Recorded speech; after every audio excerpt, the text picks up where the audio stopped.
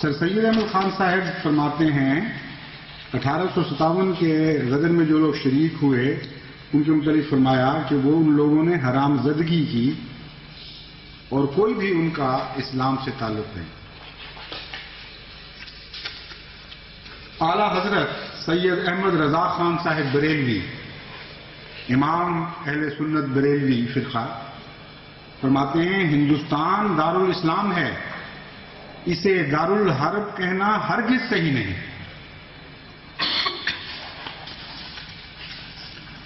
حضرت سید احمد صاحب بریلوی شہید، جن کے متعلق کہتے ہیں کہ انہوں نے جہاد کیا اور جہاد کے لیے وہ افغانستان کی طرف روانہ ہوئے اور سکھوں سے بھی لڑائی کی. وہ ایک دل ضرور تھا، وہ مقدس دل جس کے دل میں غیرت تھی مسلمانوں کی. لیکن جہاں تک انگریزی حکومت کا تعلق ہے، آپ کے سوانح نگار سوانح احمدی کلاں کے صفحہ 71 پر لکھتے ہیں سرکار انگریزی کو گو منکر اسلام ہے. فرماتے ہیں یہ ہوا یہ واقعہ کہ حضرت سید احمد صاحب بریلوی رحمۃ اللہ علیہ مجدد 13ویں صدی سے متعلق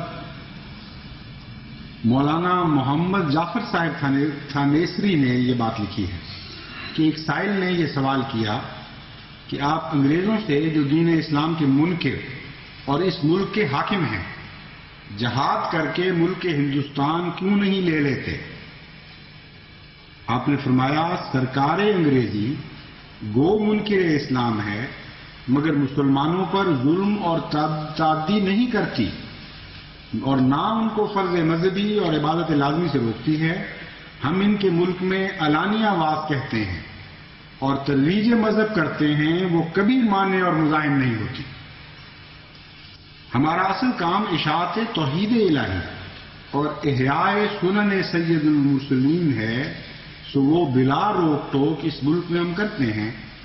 پھر ہم سرکار انگریزی پر کس سبب سے جہاد کریں اور خلاف اصول اسلام طرفین کا خون بلا سبب گراویں؟ یہ جواب باثواب سن کر سائل خاموش ہو گیا اور اصل غرض جہاد کی سمجھ گیا. مگر ان علماء کو جو آج بول رہے ہیں احمدیت کے خلاف، ان کو آج تک سمجھ نہیں آئی.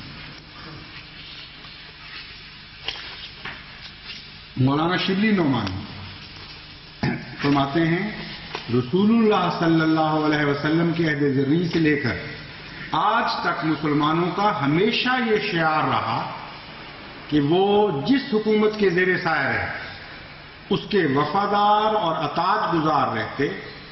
یہ صرف ان کا طرز عمل نہ تھا بلکہ ان کے مذہب کی تعلیم تھی جو قرآن مجید، حدیث، فقہ سب میں کنایتاً اور صراحتاً مذکور ہے. مقالات شبلی جلد اول صفحہ 171. خواجہ حسن نظامی صاحب فرماتے ہیں جہاد کا مسئلہ ہمارے ہاں بچے بچے کو معلوم ہے. یعنی جب تک انگریزی حکومت تھی اس وقت بچے بچے کو وہی مسئلہ معلوم تھا جو حضرت مسیح موعود علیہ السلام فرمایا کرتے تھے. جس دن وہ حکومت گئی اس دن سے سارا مسئلہ ہی بدل گیا ہے. ہر بچے کو کچھ اور بتایا جا رہا ہے کہ ہمارے ماں باپ یہ کہا کرتے تھے. بچے بچے کو کیا معلوم ہے؟ فرماتے ہیں وہ جانتے ہیں کہ جب کفار مذہبی امور میں خارج ہیں اور امام عادل جس کے پاس حرب و ضرب کا پورا سامان ہو لڑائی کا فتویٰ دے تو جنگ ہر مسلمان پر لازم ہو جاتی ہے. مگر انگریز نہ ہمارے مذہبی امور میں دخل دیتے ہیں، نہ اور کسی کام میں ایسی زیادتیاں کرتے ہیں جس کو ظلم سے تعبیر کر سکیں، نہ ہمارے پاس سامان حرب ہے. ایسی صورت میں ہم ہرگز کسی کا کہنا نہ مانیں گے اور اپنی جانوں کو ہلاکت میں نہ ڈالیں گے. رسالہ شیخ سنوسی صفحہ 17 مؤلفہ خواجہ حسن نظامی. احمدیت کے جو بعد کے دشمن ہیں ان میں سے بھی بعض یہ تسلیم کرنے پر مجبور ہوئے. چنانچہ ایک ملک محمد جعفر صاحب ایڈوکیٹ ہیں جنہوں نے احمدیہ تحریک کے نام پر ایک کتاب لکھی تھی.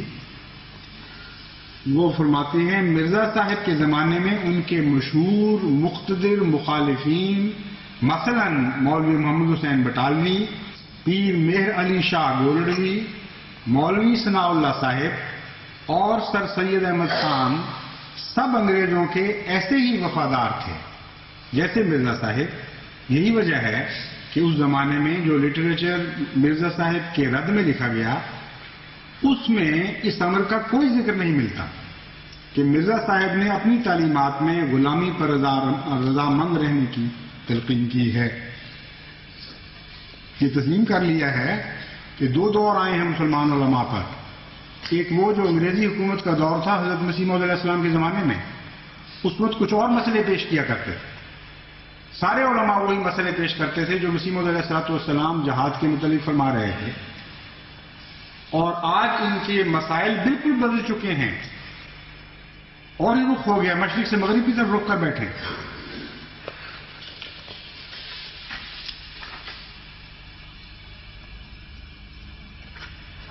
حوالے تو بے حد ہیں لیکن میں اب اس پہ ختم کرتا ہوں بعض تازہ حوالوں پر.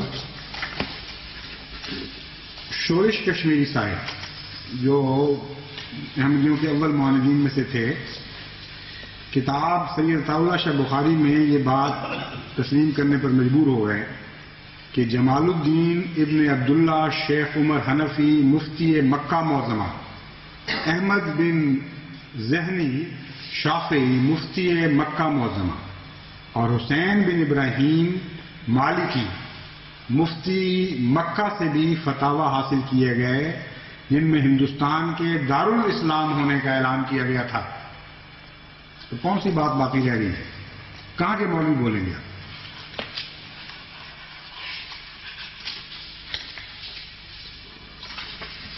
اور مولانا مودودی صاحب جنہوں نے حقیقت جہاد لکھی، جنہوں نے اور کتب میں بھی اپنے جہاد کے متعلق ایسی تعلیم دی جس کا کوئی مسلمان ہوش و حواس والا مسلمان تو تصور بھی نہیں کر سکتا کہ حضرت صلی اللہ علیہ وآلہ وسلم کے جہاد کے متعلق ایسے ظالمانہ خیالات کا اظہار ہو سکتا ہے. سب سے متشدد جہاد میں نظریہ رکھنے والے آج مولوی مولانا مودودی صاحب ہیں. آج ہیں مراد ہے کہ ان کا فرقہ ہے اس وقت جو ان کی باتوں کو تسلیم کرتا ہے. یہ تو فوت ہو چکے ہیں. جہاد فی الاسلام میں جہاں تک حضرت مسیح موعود علیہ السلام کے زمانے کے ہندوستان کا تعلق ہے اس کے متعلق آپ فرماتے ہیں ہندوستان اس وقت بلا شبہ دارالحرب تھا. کس وقت دارالحرب تھا؟ دارالاسلام نہیں کہہ رہے. جب انگریزی حکومت یہاں اسلامی سلطنت کو مٹانے کی کوشش کر رہی تھی. بین یہی جماعت احمدیہ کی تعلیم کہ پہلے جب غیر حملہ کرتا ہے تم اس سے لڑو، اپنی عزتوں کی حفاظت کرو، اپنے مال کی حفاظت کرو، اپنے وطن کی حفاظت کرو، اپنے دین کی حفاظت کرو، اور ایک ایک بچہ بھی کٹ کے مر جائے تمہیں نہیں ہتھیار چھوڑ ڈالنا. اس وقت دارالحرب ہوتا ہے. اس وقت ہر قسم کا دفاع جہاد اسلام کہلا سکتا ہے. چنانچہ مولانا مودودی فرماتے ہیں یہی بات کہتے ہیں اس وقت مسلمانوں کا فرض تھا کہ یا تو اسلامی سلطنت کی حفاظت میں جانے لڑاتے یا اس میں ناکام ہونے کے بعد یہاں سے ہجرت کر جاتے. لیکن جب وہ مغلوب ہو گئے، انگریزی حکومت قائم ہو چکی اور مسلمانوں نے اپنے پرسنل لا پر عمل کرنے کی آزادی کے ساتھ یہاں رہنا قبول کر لیا، تو اب یہ ملک دارالحرب نہیں رہا. سود حصہ اول صفحہ 77 تا 78. یہ کتاب کا نام ہے سود. اور جلالت الملک شاہ فیصل نے اس سال 1385 ہجری حج کے موقع پر رابطۃ العالم الاسلامی مکہ مکرمہ کے اجتماع میں فرمایا، اے معزز بھائیو، تم سب کو جہاد فی سبیل اللہ کا علم بلند کرنے کے لیے بلایا گیا ہے. جہاد صرف بندوق اٹھانے یا تلوار لہرانے کا نام نہیں، بلکہ جہاد تو اللہ کی کتاب اور رسول مقبول کی سنت کی طرف دعوت دینے، ان پر عمل پیرا ہونے اور ہر قسم کی مشکلات، وقتوں اور دقتوں اور تکالیف کے باوجود استقلال سے اس پر قائم رہنے کا نام ہے. پھر فرماتے ہیں ان غیر مسلم حکومتوں میں رہنے والے مسلمانوں پر جو خدمت دین